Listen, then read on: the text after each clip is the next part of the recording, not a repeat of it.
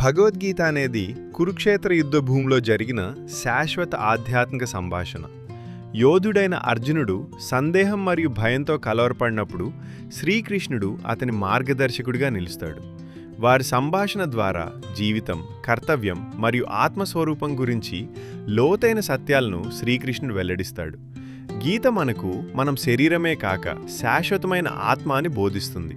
నిష్కామ కర్మగా కర్తవ్యాన్ని నిర్వర్తించే కర్మయోగం, భక్తితో భగవంతుని ఆరాధించే భక్తి యోగం, జ్ఞానంతో సత్యాన్ని గ్రహించే జ్ఞానయోగం ద్వారా జీవించడాన్ని గీత తెలియజేస్తుంది. అన్నింటికంటే ముఖ్యంగా ఫలితాలపై ఆశ లేకుండా కర్తవ్యాన్ని నిజాయితీగా నిర్వర్తించి జయాపజయాల్లో సమబుద్ధితో ఉండి భగవంతునికి శరణాగతి చేయాలని భగవద్గీత ఉపదేశిస్తుంది.